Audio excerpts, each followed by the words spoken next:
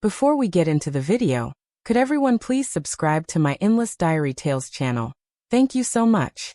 When I opened my eyes again, the vividly clear scene before me left me dazed for a couple of seconds.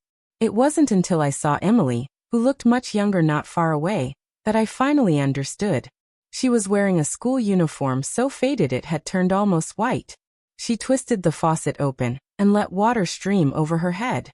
Laughing, she asked, "So do you think they'll believe me or you?" That moment it hit me. This was the day when everything began.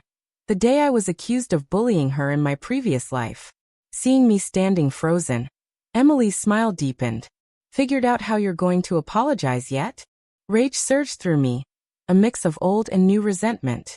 I stormed toward her, grabbed her hair, and dragged her into the bathroom. Her sudden piercing scream filled the air, but I ignored it. I shoved her face into the filthy toilet. "Think sprinkling a little water on yourself is enough to pin me as a bully?" I sneered. "Let me show you what real bullying looks like." Emily flailed wildly, her arms flapping like they were powered by motors, but she couldn't escape my grip. Her face remained pressed into the dirty water, and she choked out muffled cries. "Rebecca, let me go," she screamed, her voice garbled. I laughed loudly. "With a mouth that filthy, make sure to wash it clean before you go crying to someone later." Whether this was some twisted hallucination after death or me being thrown back in time, I didn't care. I was completely unhinged. In my previous life, I died on what was supposed to be the brightest day of my life. That day, I won my third Best Actress award, dressed in a custom couture gown, standing on stage at my lavishly live-streamed engagement party with my childhood sweetheart and fiancé Jack. But he announced in front of everyone, "I will never marry someone who is a bully in high school." As I stood there stunned, Emily emerged from the crowd, tears in her eyes, and smiled up at me. "Rebecca, do you remember me? The Emily you bullied for 10 years? I bet you never imagined that one day I'd stand on equal footing with you. But don't worry, I've already forgiven you." Her words triggered a media storm overnight. Emily became an internet sensation. Before I could react, the journalists that my brother and Jack had arranged swarmed in. "Miss Rebecca, we've heard that you still bully newcomers on set. Is it true that you recently visited a gynecologist because of improper conduct leading to disease?" Then a crazed fan rushed forward, throwing a bottle of acid at my face. Die. The searing pain spread across my face like wildfire, and my vision blurred. For the last time, the fall from heaven to hell happened in an instant. Snapping out of the memory, I let go of Emily. She collapsed to the ground, barely breathing, her face dirted and far from the innocent, pure look it once had. I couldn't hold back my laughter. "Go on, cry, scream. Take that face and tell the whole world I bullied you." My voice rose slightly at the end, and I remembered the pain of having my features melted by acid in my past life. I stomped on her face twice more before turning to leave. Outside the school building, my desk mate Sarah was waiting for me. "PE class started ages ago. What were you doing upstairs, bullying the new transfer student?" I replied casually. Sarah's eyes widened in shock. "What?" I smirked. Mark Twain once said, "If everyone thinks you're a bully, you might as well be one." Did he really say that? Does it matter? We walked to the edge of the sports field, where we ran straight into Jack. He wasn't in my class, but everyone in school knew he was my childhood sweetheart and boyfriend. Jack's gaze lingered on my face briefly before shifting to something behind me. "Rebecca, why are you so late? By the way, I heard your class has a new transfer student." In my previous life, every time Emily dragged my name through the mud, he always made me apologize to her.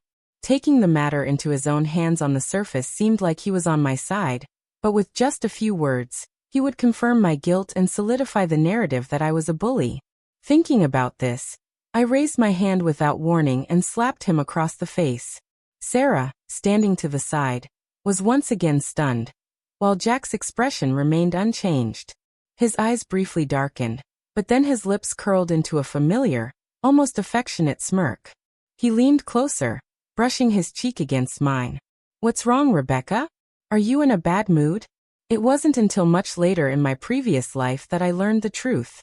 When Jack was a child, his mother abandoned him at an amusement park. He was taken in by an orphanage for a time, where he met a cheerful little girl, who became his sole source of light. She shared her bed with him and gave him a piece of candy, the only warmth he had ever known in his life. That light was Emily. On his very first day at our school, Jack recognized her immediately. He always believed Emily's stories about me bullying her. He hated me to his core, but because of his status as an illegitimate child, he had to endure and pretend to be on good terms with me. He needed our engagement to secure his place within my family's sphere of influence. With these thoughts swirling in my mind, I said, "Let's break up." His pupils contracted sharply. "Why? Give me a reason, Rebecca." I pulled out a tissue and carefully wiped my cheek where his face had brushed against mine. "I don't want to date the son of a mistress.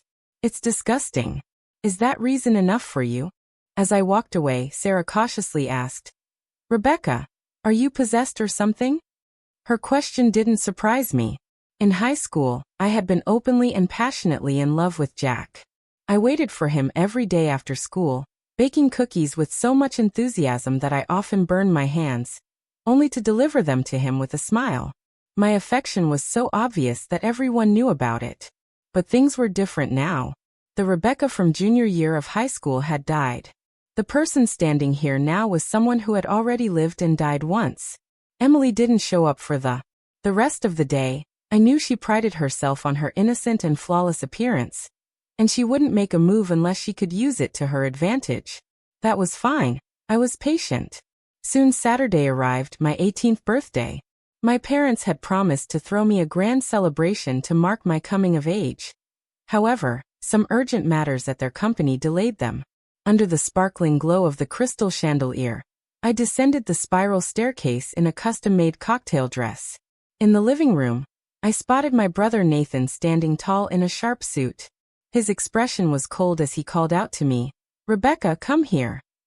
I approached, pretending not to notice Jack and Emily lingering in the background. Emily's gaze was sharp, while Jack's was unreadable. Smiling sweetly, I asked Nathan, "What is it? Did you prepare a gift for me?" Nathan's cold eyes bore into me for a moment before he spoke. "Bullying classmates, insulting friends. Is this what the Rebecca of the Liu family has been taught?" His voice was loud and unrelenting enough to draw the attention of every guest in the room. "What are you talking about, Nathan? I don't understand," I said, tilting my head toward Emily as if confused. "Who did I insult? When did I bully anyone? I don't even know her." "It's too late to deny it now. Actions have consequences, and today, with Mom and Dad not here, I'll discipline you on their behalf." With that, Nathan pulled a ruler from the nearby display shelf and looked at me sternly. In the expansive banquet hall, countless eyes turned to watch the scene unfold, their expressions filled with anticipation. Bullying classmates? The daughter of the Liu family would do something like that? Well, kids raised in wealth tend to be jealous of others who outshine them. It's not surprising. At least her brother seems fair. He's not covering for her. Amidst the mocking stares and whispered gossip, Emily's gaze was triumphant, filled with provocation. I straightened my back, smiling with a mocking edge to my tone. "Brother, what nonsense are you spouting? For those who know, they think you're Nathan Liu. For those who don't, they might think you're some wandering ghost from the Qing dynasty." I tilted my head slightly, giving him a deliberate once-over, then laughed maliciously. "Here's an idea. Go outside and find a building to jump off. I'll kneel right here, bow 3 times and see you off properly." Nathan's face darkened instantly. Behind him, Emily spoke up in her usual pretentious tone. "Rebecca, I know you don't like me, and I can accept that you bully me. But how could you speak to your own brother like that?" Her wide eyes shimmered with tears, her expression full of forced innocence, as if she were some wronged saint. Jack, standing nearby, glanced at her, and for a moment, a strange shadow flickered in his gaze. Then in a low voice he said, "Rebecca, since you made a mistake, why not just admit it and apologize?" "There's no need to." I widened my eyes, pretending to be confused. "Oh, I'm sorry, I don't understand. Dog barks? Could you say that again in a language humans can comprehend?" "That's enough." Nathan snapped, his voice sharp. "Rebecca L., you're a young woman. Do you even understand what shame is? Who taught you to speak so foully, so without decency? He was just as he had always been. Never believing anything I said, always judging me with prejudice. Time and time again, he nailed me to the proverbial cross of shame. I pulled the corners of my lips into a cold smile, mimicking his demeanor. Mom and Dad are busy and have no time to teach me, so guess who did? Of course it was you, my dear brother. In my previous life, I had always been afraid of Nathan. He was much older than me and had always been an imposing figure in my eyes. When we were children, our parents were busy running the family business, so it was up to him to manage me. Whenever I made a mistake, he'd strike my palms with a ruler or forbid me from eating. One time, I found a curly-haired stray puppy and brought it home. He refused to let the housekeeper open the door for me, saying, "It's filthy. This house doesn't welcome such things." I ended up sitting on the steps outside, clutching the puppy all night. Back then, I thought that was just his personality. Strict and incapable of showing the kind of warmth other brothers might give their little sisters. It wasn't until Emily appeared that I realized he didn't know how to be gentle. He just wasn't gentle with me. I'd seen him sitting in the car with Emily, handing her a warm cup of milk, and stroking her hair as he reminded her to eat 3 proper meals a day. I'd also seen Emily pick up a frail cat on a rainy day, and he held an umbrella for her, softly asking, "Do you want to keep it?" Once, when Emily got drunk, she clung to his shirt, babbling nonsense. He listened patiently, his eyes full of tenderness. In my previous life, I had been trapped in the illusion of love, wondering why my brother didn't care for me, and why my fiancé never stood by my side. Now, having lived and died once, I understood I was a complete independent individual, and I didn't need love to survive. That birthday banquet ended without resolution. When I refused to back down in my confrontation with Nathan, my parents finally returned. They politely thanked the guests and saw them out. Emily attempted to play the victim in front of my mother, but my mom shut her down with a smile. "I'm sorry, young lady. Wu family members will handle our matters internally. Please leave." Emily stiffened, her tears barely restrained. She cast a pleading glance at Nathan before reluctantly turning and leaving. Once the house was empty, except for Nathan, my parents, and me, my father finally spoke, his voice stern. "All right, now tell me what happened." Before Nathan could open his mouth, I interrupted. "No need to ask him, I'll explain." I quickly interrupted. Recently, a new transfer student arrived at our school. On her very first day, she went crazy, pouring water over her own head and then insisting that I did it, accusing me of bullying her. I found out that this person is the same Emily you've been secretly sponsoring from that impoverished province. Nathan, who had been sitting on the couch, abruptly lifted his head to look at me, his eyes filled with shock. "Surprised, aren't you?" "Nathan," I said with a bitter smile, my voice trembling slightly as I pressed my reddened eyes. "You two thought you could hide it, but I found out so soon." I took a shaky breath, my voice choked. "Actually, I don't blame her, it's just a birthday after all. What hurts is that my own brother doesn't believe me. Does the world only have space for Emily to play the innocent victim? Is she the only one allowed to manipulate others with a facade?" My faint sobs filled the room, and my father slammed down his decision with authority. "Enough. It doesn't matter who bullied whom. No one is to make a scene anymore. If this gets out, it will reflect badly on all of you. This matter ends here." Back at school, I began openly retaliating against Emily. I poured ink into her desk drawer, mocked her loudly whenever she recited English with her accent, and tore her physics test paper into pieces, letting them rain over her head. "Go ahead, report me," I said with a smile. "Isn't that what you're best at?" A piece of shredded paper floated down from her hair. She looked at me, her eyes filled with deep burning resentment. In the end, she trembled, crying as she apologized. "I'm sorry, Rebecca. I'm so sorry if I've done anything to make you unhappy. I'll change. I'll make it better." "You being alive makes me unhappy," I said with raised eyebrows, feigning curiosity. "How are you planning to fix that?" "By dying right now." Her mouth opened, but no words came out. All she could do was cry harder. For the first time, I realized how satisfying it was to embrace my role as the villain.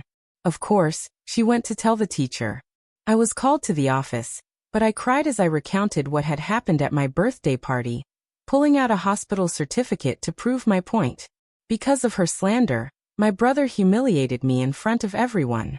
Every time I think about it, I cry. I even wake up from nightmares. I'm still seeing a therapist and taking medication. The doctor says I'm severely depressed. In the end, the teacher had to comfort me. Everyone could see that I didn't like Emily. Sarah, perplexed, asked me, "Why do you target her so much? Did she do something awful to you?" I tilted my head and grinned. Can't I just be a bad person who looks down on a poor new student because my family is rich? Come on, she rolled her eyes. If you were that kind of person, why didn't you bully me? My family's way poorer than hers. On the first day we became friends, you bought all my school supplies for 3 years. If someone told me you were a bully, I'd sooner believe I'm the reincarnation of Juan. Exactly. Everyone can see that except my brother and the person I used to love, I replied, curling my lips into a faint smile that didn't reach my eyes. A month later, the school centennial celebration arrived. In my previous life, Emily had performed a piano solo at the evening gala orchestrated by Nathan and Jack. A talent scout from the university's special admissions program noticed her, and she was awarded the only direct admission slot. As for me, I had trained in dance since I was 4 years old, dedicating over a decade to mastering classical dance. I had planned a performance for the event, but then Jack approached me under the glow of the setting sun on campus. He held me in his arms. The doctor said he hesitated, looking into my eyes. "Could you not perform, Rebecca? I don't want so many people to see how beautiful you are. I'll get jealous. Just dance for me, okay?" Back then, I was such a fool, basking in his words as if they meant he cared about me. On the day of the performance, I didn't perform at the Centennial Gala. Instead, in an empty dance studio, I danced for Jack over and over again. When the final note ended, a thunderous wave of applause erupted from the distant auditorium. Jack heard it and suddenly laughed, a laugh I'd never seen from him before.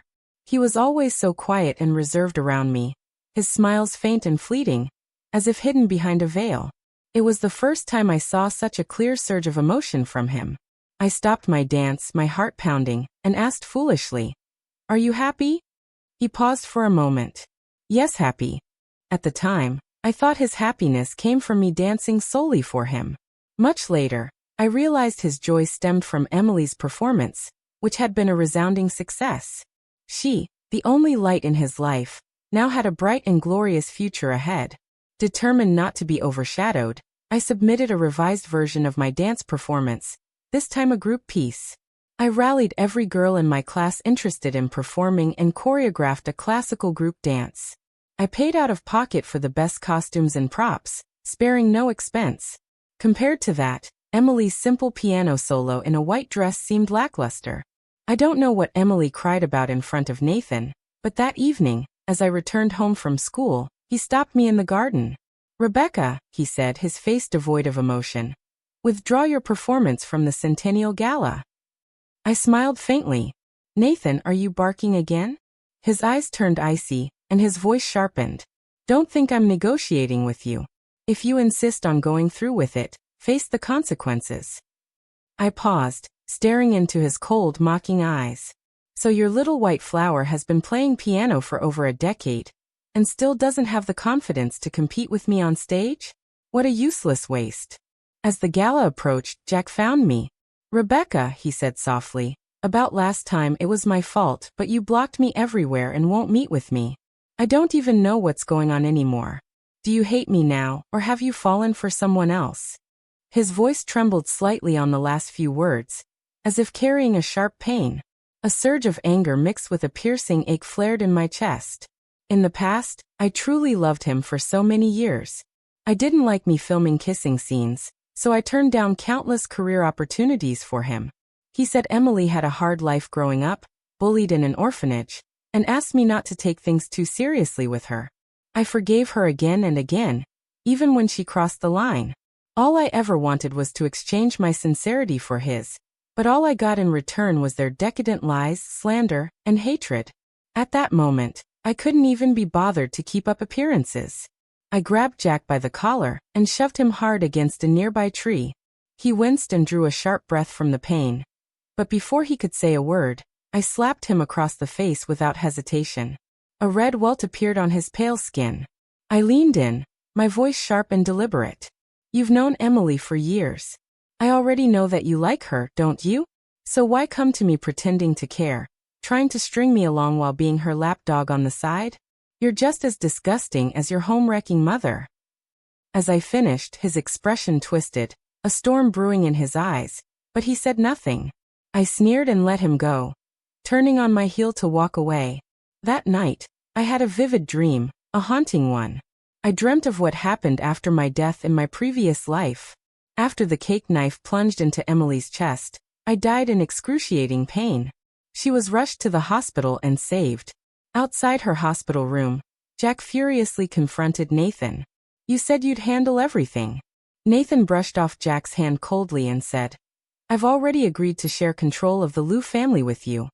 But don't forget you're just an illegitimate child. Without my help, do you really think you could hold sway in the Liu family? Don't push your luck. Jack staggered back a few steps, his voice trembling as he retorted. You're helping me? Are you sure about that? He stopped mid-sentence, his words caught in his throat as Nathan interrupted with a cold laugh.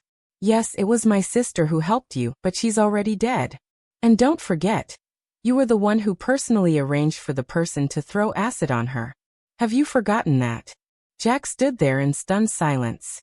The red light above the operating room door continued to flash. Moments later, Emily was wheeled out. The doctor informed them that the patient was still in critical condition. Jack's gaze swept over Emily's pale, lifeless face. His hands trembled briefly before his voice steadied. I haven't forgotten, and I'll never regret it. I woke from the dream with a start, stumbling into the bathroom, gripping the toilet bowl. I dry heaved for a long time. When I finally straightened up and looked at myself in the mirror, I saw the bloodshot eyes of a woman filled with hatred. Never regret, I muttered. That's fine. In this life, you'll regret everything. You'll even regret being born. When the day of the school's centennial gala finally arrived, I encountered Emily by the artificial lake on campus. She wore a subtly luxurious silver evening gown, and an expensive diamond necklace adorning her neck and shoulders. It was obvious that she had bought these things to comfort her. Rebecca L., she said with a smirk. Do you really think your status as the Liu family's heiress can protect you forever? After bullying me for so long, did you really think I wouldn't fight back? I'll make you pay 1,000 times over. Even if you know about my relationship with Jack, so what? He loves me. Your brother loves me too. People like you will never be loved by anyone. She rattled off her accusations and threats, but I simply smiled and replied, How did the toilet water taste? Her face twisted in rage, but I turned and walked away before she could say anything else. By evening, the fiery sunset stretched across the sky. The girls from the dance team and I changed into our performance costumes, holding up our skirts as we made our way to the backstage area. Halfway there, I realized that the prop I had prepared for the finale was missing. Had I left it in the dance studio? I thought for a moment and decided to go back. Sarah asked, Want me to come with you? No need, I replied with a smile. It's not heavy. I can carry it myself.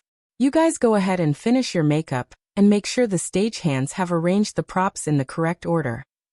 The massive arts building was eerily quiet. I held up my shimmering gold skirt as I climbed the stairs, but just as I reached the floor of the dance studio, I stopped in my tracks. Standing a few steps ahead of me was a figure. The golden red light of the sunset streamed through the window, illuminating only half of his face. The rest remained shrouded in shadow. His dark eyes were deep like whirlpools, pulling everything into their depths. It was Jack. He spoke softly, his voice heavy with emotion, like a storm about to break. Rebecca, what are you doing? None of your business, I shot back. Get lost. I tried to walk past him, but before I could, a sudden massive force grabbed my shoulder. My mind went blank for a second, and the next thing I knew, I was falling backward. The staircase behind me stretched high with dozens of steps. My back hit the edge of a step, and I rolled all the way down, crashing into the iron railing at the bottom. Pain engulfed me, and I could hear the faint sound of a bone cracking in my ankle. Jack slowly descended the stairs step by step until he stood next to me. His gaze remained calm and sorrowful, but when he spoke, his voice was chillingly cold. "Rebecca, don't blame me. You were born with everything. Even if you miss this chance, there are still plenty of paths open to you. But Emily is different from you." He had already done everything he could within his power. After speaking, Jack gripped my sprained ankle and forcefully slammed my leg against the iron railing. Images from my dream suddenly flashed through my mind. Jack stood outside the hospital room with Nathan, both of them gazing tenderly and lovingly at Emily as she was wheeled out of the operating room. But when they spoke of me, Jack's voice was cold and indifferent. "I've never regretted it." He had said the 15 best years of my life, the most passionate and sincere love I had ever given. We tied to a person like this. I couldn't help but laugh. Just as Jack was about to slam my leg against the railing again, I yanked it out of his grip with all my strength. The sharp pain from my twisted ankle made me catch my breath, but I didn't stop. Taking advantage of his momentary surprise, I grabbed his hair and smashed his head against the iron railing. "You lowlife," I spat through gritted teeth. "Trying to hurt me again? In your dreams." Jack's head hit the railing with a sickening thud. Blood immediately gushed from the cut on his forehead, running down his face and dripping onto his clothes. "Rebecca," he murmured weakly. I released his hair, panting heavily as I struggled to stand. My ankle throbbed with relentless pain, but I didn't care. I looked down at him, his dazed eyes unfocused, and a slow smile crept onto my face. "How devoted of you," I said mockingly. "You, Nathan's little puppet, willing to sacrifice yourself just to ruin me and secure a future for your precious Emily. Is this the warning Nathan sent me? You two planning to share her now? Disgusting." I lifted my skirt and wiped the blood from his face onto the hem, staining the pale fabric with dark crimson splotches. Then I left him there and ran toward the auditorium, my heart racing with a mix of pain and fury. From afar, the melodic sound of a piano drifted through the air. It was Emily playing Debussy's Clair de Lune, the same piece she had performed in my previous life. She sat at the gleaming white grand piano on stage, wearing her silver evening dress. The stage was dark except for a single spotlight that illuminated her, making her look like a star burning brightly in the night sky. Just like in my past life, she used my suffering as her stepping stone, dazzling everyone with her beauty and talent. I ran down the narrow aisle between the rows of seats, shoving aside security guards and the MC who tried to stop me. Climbing onto the stage, I stepped into the single spotlight and kicked over Emily's stool. "Keep playing," I shouted, slamming my fist onto the piano keys. The discordant notes echoed in the stunned silence. Emily stared at me, frozen in disbelief. "Play," I yelled again. "Your little lapdog dared to come after me, and here you are, sitting pretty and playing piano like nothing happened. Play for your father." I knew exactly what I was doing. The special admissions professor, personally invited by Nathan, was sitting in the audience.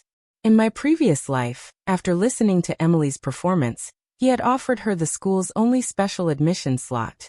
Emily had eagerly accepted, and this had marked the beginning of her illustrious career. With Nathan's meticulous arrangements, she later became the last disciple of a legendary music master.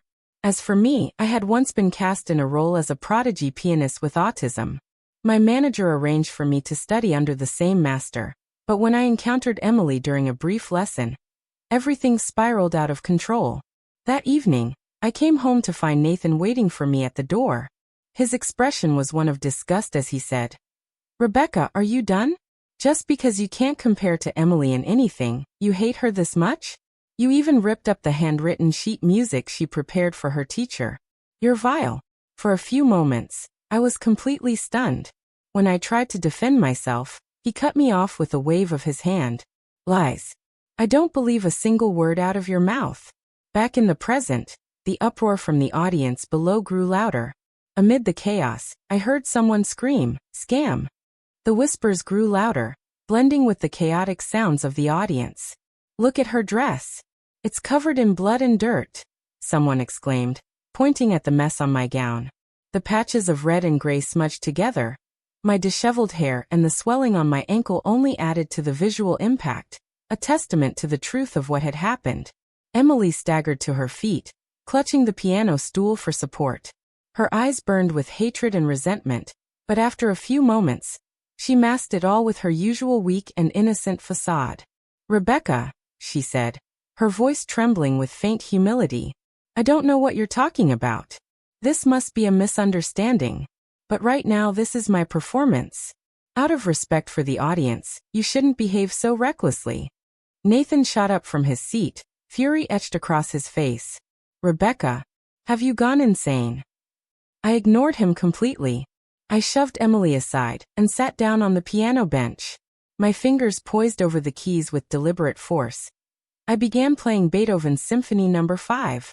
In my previous life, I had practiced this piece rigorously for 3 months while preparing for a film role. Though I was far from a virtuoso, my performance was more than enough for this moment. The stirring melody reverberated through the grand hall, the vibrant notes colliding with a faint hum of electrical noise echoing off the high ceiling. When the last note faded, I stood and turned to face Emily. My voice was sharp and clear. "You ruined my birthday party, drove a wedge between me and my brother, spread lies about me in front of my family and friends. All petty grievances I'll deal with in my own way. But having Jack push me down the stairs to break my leg just to keep me off this stage? That's beyond contempt." I paused, watching as her face turned ashen. Then I sneered. "You take such pride in your piano skills, yet you don't even have the confidence to compete with me on the same stage." The scene dissolved into chaos. Teachers responsible for the Centennial Gala eventually escorted Emily and me off the stage, leaving the MC scrambling to restore order. The next act was our group classical dance, the one I had choreographed. As I passed the other girls backstage, Sarah rushed to my side, tears in her eyes. She grabbed my hand. "You're hurt, aren't you? I should have gone with you." "I'm fine," replied, patting her head gently. "Go perform. You've practiced so hard. Make sure you're proud of the result." The first place prize for the Centennial performance was $10, but I had never intended the dance for myself. Watching the girls take the stage, I felt a weight lift from my shoulders. The pain in my ankle surged again, and I closed my eyes as exhaustion took over, sinking into darkness. When I woke up, I was in a hospital room. That night, Nathan burst into the room, his face livid. "Rebecca L., you're a lunatic," he shouted.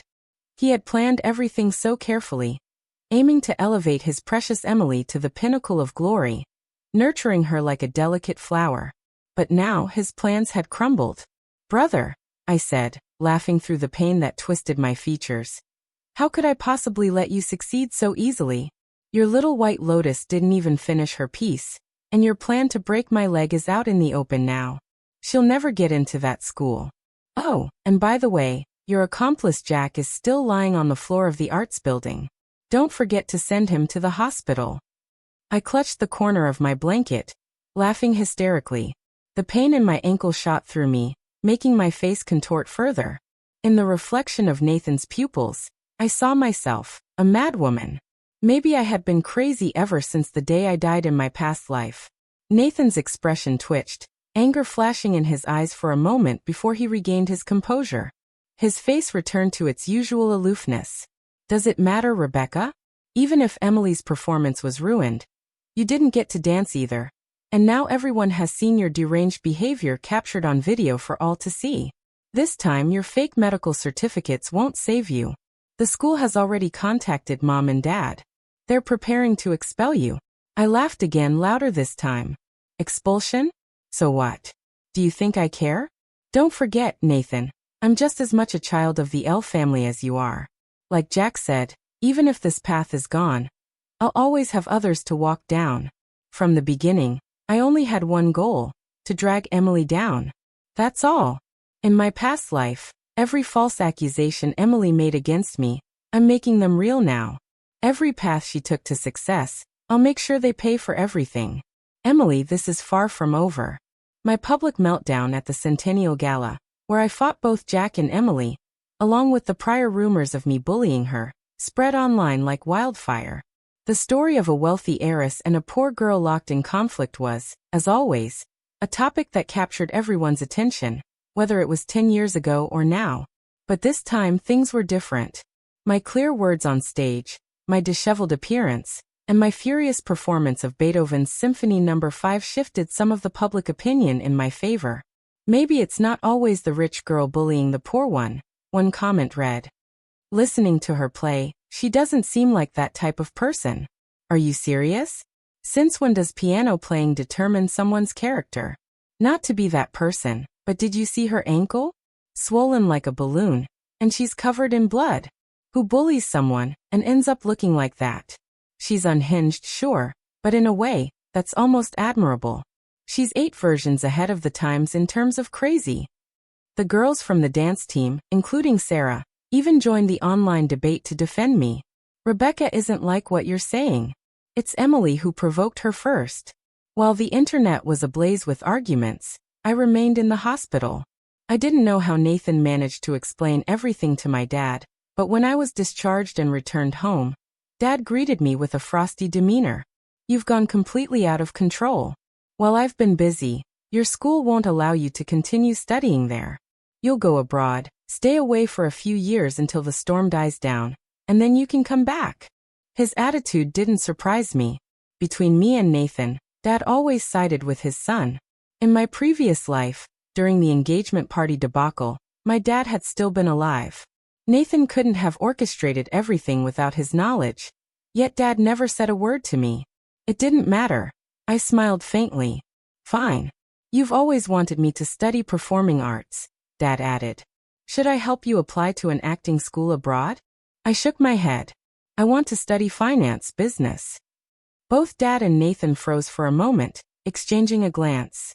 For the first time, Dad's expression softened slightly, and there was a hint of something deeper in his gaze as he looked at me. My school application was quickly arranged. Meanwhile, Jack's injuries were much worse than mine. By the time I recovered, he was still bedridden in the hospital.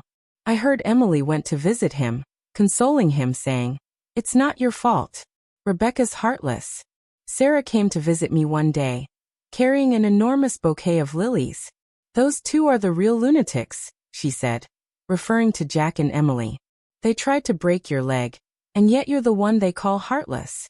I glanced at the flowers. These must have cost a lot. "The prize money was for you girls to keep," Sarah waved me off. "It's fine. Everyone chipped in a little when they found out you were going abroad. They told me to buy these for you." She placed the flowers in my hands, took a deep breath, and hesitated before saying, "Rebecca, I feel like you know things the rest of us don't. Ever since Emily transferred here, something's been different. I can't put my finger on it. This doesn't make sense. Just forget it." Then carefully she leaned in to hug me. "Come back soon, okay? When you're back, we'll still be friends." The night before I left, I sat with my mom on the balcony, the evening breeze brushing against our faces. She kept opening her mouth as if to speak, but held back each time. I reached out and held her hand, looking into her eyes. "Mom, don't worry about me. In my past life, my mother had passed away in a car accident when I was around. My dad's favoritism meant that Nathan didn't dare take any drastic action directly against me. Thinking about this, my heart sank. In my previous life, by the time things escalated, Nathan had already lost himself completely to his obsession with Emily. Could my mom's sudden car accident back then have been more than a coincidence? A chill ran through me. I tightened my grip on her hand as though doing so could shield her from any harm. "Please, Mom, take care of yourself. Be careful, especially around Nathan." She looked at me intently, her gaze softening with concern. "Rebecca, you've changed. You're not the same as before." She sighed deeply. "It's my fault for not guiding you better. You used to be so naive, believing whatever people said. When I told you that Jack wasn't reliable, you defended him. 'He's not like what you think, Mom,' you'd say. On your birthday, when I tried to ask your dad for some shares of the company for you, you dismissed me, saying jewelry and dresses are enough. You drove me crazy." She shook her head wistfully. "Back then, I wished you'd be a little smarter, a little shrewder, but if it took something painful to make you like this, I'd rather you had stayed foolish forever. How could a mother not know her own child?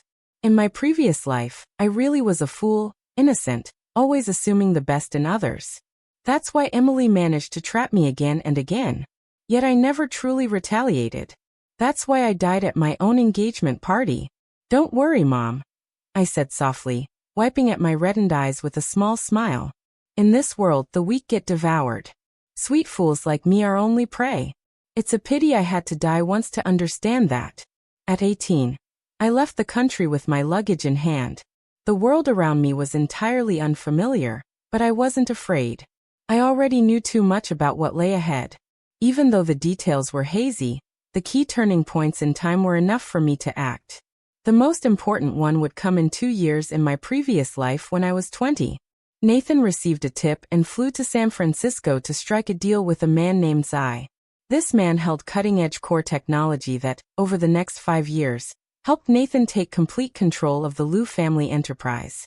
I used the money my mom gave me to invest in the stock market. Armed with scraps of knowledge from my past life, I turned the seed funds into a significant sum. Meanwhile, I doubled down on my coursework, pursuing a dual degree while using my profits to invest in companies that, in my previous life, rose to the ranks of the Fortune 500. At this stage, many of them were just startups. During this time, Sarah contacted me regularly. Every week, like clockwork, she sent a voice message. She talked about how much the dance team missed me, and how her life had improved after receiving her share of the prize money. A university recruiter came by recently. She mentioned in one call that Emily participated, of course, but she failed the interview. It's hilarious. One of the interviewers had been at our centennial gala. He said her performance of Claire de Lune was muddled and uninspired, completely overshadowed by your Symphony No. 5. Can you believe it? She laughed. Apparently, Emily cried her heart out to Jack afterward. The more she cried, the brighter my smile got. Later, Sarah updated me on the results of the college entrance exams. You're top of the school, Rebecca, and Emily's only third. Can you believe it? I received the news while juggling finals for my dual degree. Despite the stress, I couldn't help but smile genuinely. Congratulations, Rebecca. I'm still waiting for you to come back, so we can stay friends. Sarah's message ended. My mom often called me, updating me on Nathan's recent activities and checking in on how I was doing abroad. She'd ask if I had enough money and whether I was taking care of myself. Whenever I gave her a brief update about my progress, she'd sigh, both proud and helpless. You're still so young, Rebecca. Don't push yourself too hard, she'd say. If you need help with anything, let me know. Don't feel embarrassed about it. Eventually, I told her about Zai, giving her his name and what little information I could recall from my past life. I asked her to quietly investigate him without Nathan finding out. I arrived in San Francisco a month earlier than Nathan had in my previous life. Standing outside the school where Zai worked, I was about to ask for directions when I noticed a familiar face on the lawn. It was Zai, several years younger than I remembered. In front of him stood a tall, slender girl with short hair and glasses. Her expression was stern as she glared at him. That's my research, she said coldly. Who gave you permission to use it for commercial negotiations without consulting me? Joy laughed nervously. What's yours is mine, right? We worked on it together. The idea was mine. I conducted the experiments. You just assisted for a while, taking notes. What makes you think you have the right to handle my work? She shot back, unyielding. Zai's face darkened. Jean Jillian, don't push it too far. We're about to graduate. Don't you think I'm doing this for our future? What good is it if you hold on to it? Wouldn't working with a reliable company bring the greatest benefits? It's my work, she replied firmly. The patent is in my name. You don't even know the core technology, and yet you want to find a partner for development? As long as I'm alive, that won't happen. We're done. From now on, we have nothing to do with each other. She turned and walked away without looking back. Joy stood frozen, staring at her retreating figure, his eyes narrowing with a chilling intensity. A flicker of murderous intent passed through his gaze. Watching this scene unfold, I suddenly realized something. In my previous life, I'd once overheard Emily asking Nathan how he managed to secure someone as talented as Zai. Nathan, lounging by the pool with Emily in his arms, had chuckled and replied he needed my help. But in my past life, I had never even heard of Chen Jillian. I made it a point to meet her. We sat down in a quiet cafe far from her school. She got straight to the point. "Miss Liu, I know why you're here, but my work is not for sale." "Why not?" I asked. She hesitated before answering. "Because it's only a prototype right now." I paused, lowering my coffee cup. "I understand that business people care about commercial value," she continued. "But I don't. What matters to me is the final result and the revolutionary change it can bring to humanity. That is what's important to me." Her face, bare of makeup, glowed with a brilliance that was hard to describe as she spoke of her ideals. Chen Jillian was a remarkable young woman, someone destined to be remembered in the annals of history as a great scientist. But in my past life, her potential was stolen. She had died in a foreign country, her life extinguished like a speck of dust crushed under the wheels of greed. "If there's nothing else, Miss Liu, I'll be going," she said, standing up. Before she could leave, I reached out to stop her. "Sincerely," I said. "Miss Chen, I'm willing to provide all the funding and resources you need for your research. All I ask is that once your work is complete, you help me with a small favor. Your achievements will remain yours, your name forever tied to them in history. Does that sound acceptable?" The day I returned to my home country, the first snow of the season fell softly, blanketing the ground. As I stepped out of the airport with my suitcase in hand, I immediately noticed the billboard beside me, prominently displaying Emily's meticulously made-up face. Over the past few years, while I was abroad, busy establishing my company to compete against Nathan as he took over the L Corporation, she had been equally busy. After Emily failed to secure special admission and botched her interviews, Nathan still managed to get her into film school and launch her career in the entertainment industry. His dedication to her was nothing short of astonishing. I laughed mockingly and got into the car. The vehicle drove through snow-covered streets and pulled up in front of my company.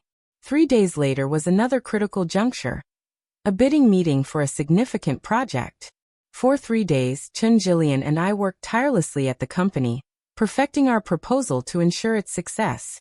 When the day of the bid arrived, everything went according to plan. We won the contract without suspense. As the announcement was made, I stood up from my seat, meeting Nathan's shocked gaze from across the room. "Rebecca," he said, his voice laden with disbelief. I smirked, tilting my head slightly. "Long time no see, brother." As the meeting ended, he chased after me, cornering me in the hallway. His tone was still laced with incredulity. "Lannan is your company and Chen Jillian. Did you hide her after she disappeared? You seem so eager." "Nathan," I replied with a laugh. "Hide her? What do you mean? You don't even know her, so why are you so desperate to find her? Planning something illegal, perhaps?" His eyes narrowed dangerously, but I laughed again and walked away, leaving him standing there. This return to my home country was nothing short of dramatic. After securing the contract, I began networking aggressively, meeting several notable figures in the business world. Holding the exclusive rights to Chen Jillian's patents and having just snatched a significant project from the L Corporation, I was treated with deference and warmth by everyone. This respect was something I had never experienced in my previous life. Even after winning 3 Best Actress awards, people only truly respect those who control the means of production. I was swirling the wine in my glass when Sarah turned to look me up and down. "You've only been gone 4 years, but it feels like you've matured 10. Isn't that normal?" I replied with a chuckle. "At 18, you can get away with being reckless because you're young, but now that I've graduated college, if I want to bare my fangs, I need to at least pretend to be civilized first." With that, I raised my paddle at the auction, bidding 2 million. Emily, seated in the front row, snapped her head around to look at me. Beside her, Jack's gaze followed, locking onto mine for a brief moment. He seemed dazed. I noticed the faint scar on his forehead, and a wave of amusement washed over me. 2.6 million.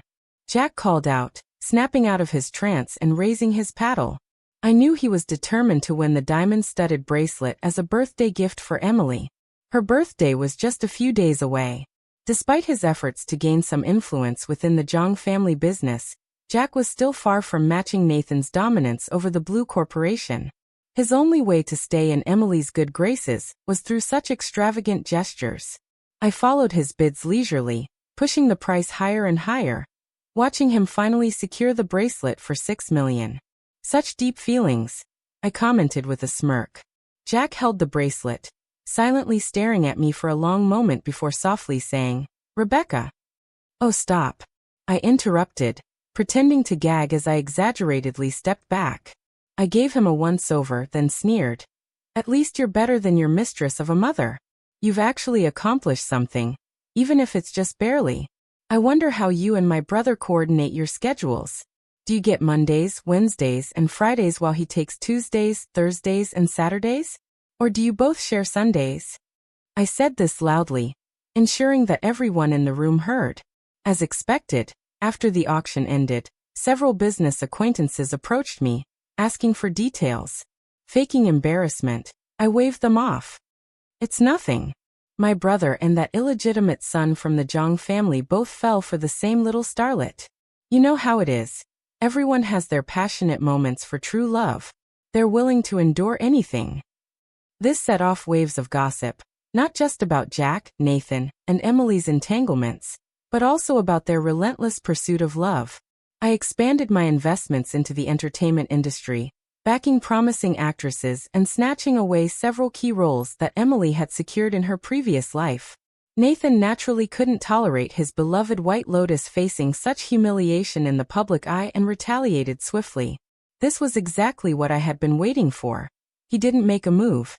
How else could I expose his flaws? Suddenly, my name alongside my company's appeared on trending searches. Rebecca Liu, founder of El Shin, accused of bullying in school. The headline sensationalized everything. Rebecca L's history of bullying Emily came to light. A video of Rebecca smashing a piano at a school gala surfaced. This time, however, the clip had been edited to remove the segment of me playing Symphony No. 5. They even tracked down classmates from senior year who eagerly confirmed that I had bullied Emily. One particularly vindictive boy claimed on video, "Rebecca never liked Emily. She ripped up her test papers, poured ink in her desk, and led all the girls in class to ostracize her. Emily, being from a poor background, couldn't do anything to fight back and had to endure it all." The narrative painted me as an unrepentant villain, the rich girl who tormented a defenseless girl until she was forced to leave school. It further claimed I'd escaped abroad to polish my reputation, and was now masquerading as the founder of a promising new company. My company's stock plummeted for days. Partners began calling, delicately inquiring about the situation. I knew that without a satisfying explanation, these partnerships would soon be terminated. "Just give it some time," I told them with a polite smile, twirling a pen in my hand. "You're all business people. You understand better than anyone that acting rashly without solid evidence is never a good move." Thankfully, Emily was far less patient than I anticipated. She hated me even more now than she had in the past, and seeing me thriving was unbearable for her. She seized the opportunity to appear on a live stream, using the controversy to her advantage. I remember when the teacher asked me to read aloud in class. She began, her tone calm yet laced with vulnerability. I'd gone to a rural elementary school where one teacher had to cover multiple subjects, including English, which wasn't taught well. My pronunciation was terrible. That day when I read aloud, I realized for the first time how bad it was. Everyone laughed at me, including her. She paused, and the corners of her eyes glistened with tears. I prepared for that school gala for so long. I'd studied piano for years, and I truly thought I had a chance. But the live stream chat exploded. It was hard to tell if the comments were genuine or part of a smear campaign orchestrated by Nathan. "Baby, you're amazing. Don't let them get to you. That rich girl is shameless. Does she even realize how pathetic she is? Am I the only one who noticed the contradiction? She said she went to a rural school with no proper English teacher, and also studied piano for years. How does that add up?" I couldn't help but laugh when I saw that last comment. It flashed briefly on the screen before being drowned out by the flood of sympathetic messages. The live stream hit over 5 million viewers that day. The next day, my father summoned me home. His face was stern as he barked orders. "Merge El Shin with the L Corporation. You've been back for only a few days and already caused such a mess. Turn over the company and publicly apologize before it's too late." I looked at him quietly. "Dad, you've got this all wrong. It's not my company that's the issue. It's Nathan's girlfriend stirring up trouble. And who bullied her first?" He snapped, slamming his hand on the table. "If you don't start behaving, I'll pretend I never had a daughter." I smiled faintly. "That's fine by me. After all, you didn't give birth to me. That was Mom." Soon after, the L Corporation and Jiang Industries announced a partnership aimed at undermining L Shin. Together, they managed to poach several major projects from my company. My father publicly disowned me, claiming he didn't have a vicious daughter like me. Things escalated further when I was nearly attacked in the company parking lot by one of Emily's extremist fans wielding acid. Behind the scenes, Emily and my father conspired to use my high school diagnosis and erratic behavior to have me committed to a psychiatric hospital. The same dirty tricks, both in this life and the last. It was time for me to strike back. Nathan must have been feeling victorious, watching as I seemed to lose ground without putting up much of a fight. Right at this moment, Emily won her first Best Actress award. The timing was impeccable. It was also close to her birthday. Nathan threw her a grand celebration, complete with opulent decorations, a crowd of adoring fans, and a live stream broadcast. Emily appeared on stage in a white cocktail dress, her voice soft and gentle as she thanked her fans. The next segment was a playback of video messages recorded by her supporters. But as the screen behind her flickered to life, the footage shown was far from what anyone had expected. The video was grainy, shot from a hidden angle, showing the dressing room of a film set. Another actress stood before the mirror fixing her makeup, and Emily abruptly appeared, shoving the actress and grabbing her hand to slap herself across the face. Emily's chilling smile filled the screen as she sneered at the other actress. "The role I wanted. Who gave you the right to compete for it? And now you expect me to play a supporting role for you? Do you even know who my boyfriend is? He's Nathan Liu, CEO of the Liu Corporation. When he sees the marks on my face, you'd better have your apology ready." The video ended with Emily leaning in toward the actress, her eyes flicking down to her chest with a smirk. "Maybe you should think about what happens when footage of you bullying me gets out," Emily added in the clip. "When you're blacklisted, how do you plan to make a living?" Back in the ballroom, chaos erupted. Emily screamed, rushing to block the screen, but it was too late. Fans gasped and whispered furiously. In no time her name and Nathan's, and shot to the top of trending searches. "Emily, my boyfriend is Nathan Liu," Emily's birthday livestream. Emily caught bullying again. Comments and view count skyrocketed. Sarah, sitting beside me, gleefully typed away on her phone. "Emily, do you get bullied everywhere you go? Or is the entire world out to wrong you?" Her sarcastic comment rocketed to the top of the comment section. Others joined the fray. "Wait," she slapped herself. "That's dedication." She had to make her face swell, or how else would people believe she was the victim? Forget Emily, let's call her Sherlock. Emily is always deducing ways to twist the truth. As the internet dissected the video, more revelations emerged. One sharp commenter noted, "Wasn't the lead role she won Best Actress for originally meant for another actress? The one who disappeared after a scandal broke?" The commentary snowballed. Couldn't land roles through auditions, so she relies on framing and false accusations instead. Then another video surfaced, filmed at an overseas university. The footage showed a group of foreigners laughing as a Chinese student struggled through an English presentation. A wiry blonde guy mimicked the student's pronunciation with exaggerated disdain, calling out mockingly, "Do you know what this is? This is real English." The next moment, the camera caught me grabbing the blonde guy by the collar and punching him squarely in the face. In flawless English, I shot back, "Laugh all you want. Were you laughing like this at your dad's funeral too?" When the guy lunged at me, I struck him again, pinning him down, nudging his chin with the toe of my shoe. I smirked. "Do you know what this is? This is real Chinese Kung Fu." The video's uploader, an ordinary Chinese exchange student, captioned it. "I grew up in the mountains, nearly thrown into the fire as a baby because of superstition. Unlike Emily, there were no pozos in my village, and no wealthy benefactor giving me 10,000 yuan a month.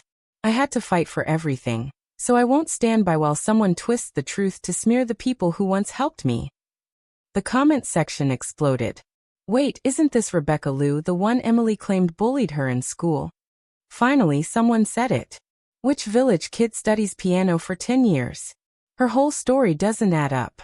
Wow, you're amazing, Rebecca. The internet erupted as people began to piece together the story. Emily's benefactor was none other than Nathan Lou, Rebecca's brother. Speculation ran wild. Was Nathan intentionally trying to frame his sister to fight for their inheritance? Then more damning footage surfaced. A video from my 18th birthday party showed Emily staging a scene to secure financial support. The grainy footage revealed her climbing onto the rooftop, accusing another orphanage girl of pushing her off, and then jumping herself to make it appear as an attack. Nathan had been complicit all along, enabling Emily to manipulate her way to the top. The next clip exposed him hoarding incriminating evidence against his rivals, including attempted sabotage of Chun Jillian's project. But the final blow was Jack. The footage revealed how he emotionally abused his own mother for 7 years, driving her to suicide just to gain a foothold in the Zhang family. It showed him bargaining his mother's life to his father in exchange for a chance to rise within the company. I funneled significant amounts of money to bring these revelations to light, connecting threads from both my past and present lives.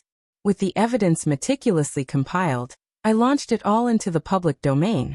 Thanks to their prior publicity stunts, the saga already had the public's attention.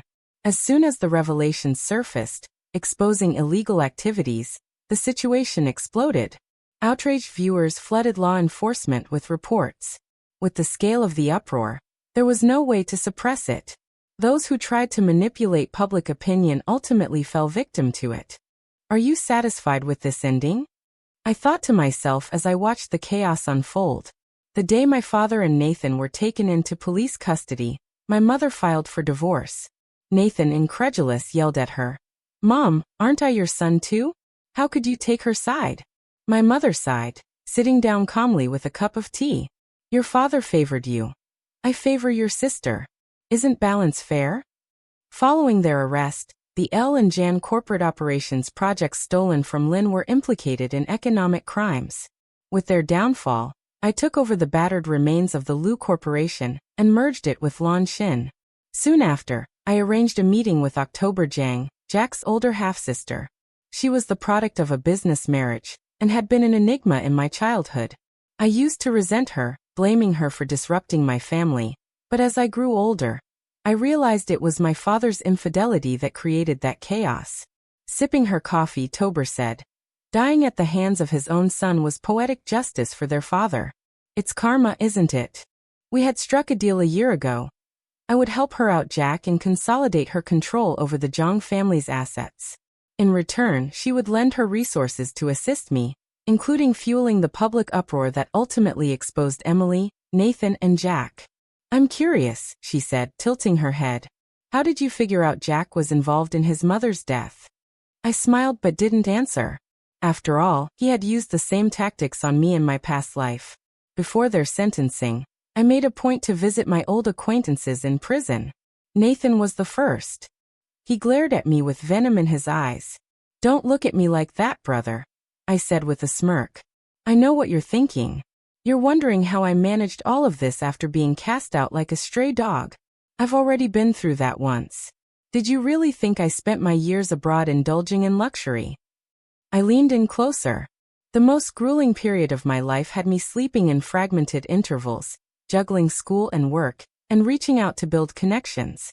All the while, I pieced together every shred of evidence from our past lives. Your methods were always so thorough, leaving no room for loose ends. That's why I knew this wasn't your first time. Villains don't trip up in front of me for the first time. The darkness you brought into the world has always existed far beyond what I've seen. But this time I've dragged it all into the light. Nathan's eyes burned with hatred as I stood smoothing my coat. "Our father was right," I added. "I'm nothing like him. He raised you to be a tyrant, someone who'd stop at nothing to achieve your goals, even if it meant breaking the law. Lucky for me, I'm not like you either." I turned to leave, hearing the clink of his shackles as he lunged forward, restrained by the guards. Rebecca, he bellowed, his voice echoing in the cold gray prison walls, but I didn't look back. The second person I visited was Emily. Her hair was disheveled, her gaze hollow. And yet even through the glass, her eyes burned with hatred so intense it felt like she wanted to devour me. She could no longer play the sweet innocent act. Her voice cracked as she screamed hysterically. If you had all this evidence from the beginning, why didn't you release it earlier? Were you just playing with me for fun? Of course it was fun, I replied, standing slowly. What's the point otherwise? Watching you act like you'd already won made it all the more entertaining. I leaned closer, smirking. I could have exposed everything earlier, sure, but that wouldn't have been enough. I wanted you to think you'd achieved victory, that you had everything, only to see it all reduced to ashes at the last moment. That's what I went through in my past life. Now it's your turn. The last person I visited was Jack. Truthfully, I hadn't planned to see him at all. My battles had always been with Emily, while Nathan was tied to me by blood. Jack, however, was a different story. Once my love for him faded into oblivion, there was nothing left between us. But the police informed me that Jack had requested to see me. Separated by the cold glass, we sat across from one another. He stared at me in silence, his expression inscrutable. I shifted in my seat, growing impatient. Finally, I stood. If you've got nothing to say, I'm leaving. It wasn't supposed to be like this, he said quietly, breaking the silence. The Liu family should have been mine. We should have been engaged. I froze mid-step and turned to face him. He looked at me with a strange glimmer in his dark eyes, a flicker of something I couldn't place. For a brief moment, as I stared at his face marred by the faint scar on his forehead, I felt a jarring sense of déjà vu. It was as if I were looking at the Jack from my past life. The thought quickly passed, replaced by a bitter sense of irony. Just engaged. I scoffed. Why not mention what came after? You used me to gain control of the Liu family, and then conspired with Nathan to kill me. Jack's voice cracked as he replied. But I regretted it later, much later. You didn't know, but I wished so much that you could know. I laughed bitterly and coldly. Too late, of course. I didn't know. I was already dead. And even if I had known, so what? What's your regret worth to me? I leaned against the glass, looking him dead in the eye. This time I'm the one who won. The one going to hell is you, Jack. This is exactly what you deserve. That year, winter arrived unusually early. By the time I left the prison, the sky had already turned dark. Jillian called me on the drive home, letting me know she'd be heading abroad after the new year to start her next big research project. I wished her the best and told her to keep me updated. After hanging up, I checked my messages. Sarah had texted, saying she was already seated at the hot pot restaurant, and telling me to hurry over and settle the bill. I laughed and replied with a simple, "On my way." Outside the car window, a crescent moon hung high in the sky, casting a pale glow over the quiet city of Nango. As this long night stretched on, I knew that eventually the moon would set, and when it did, the sun would rise again.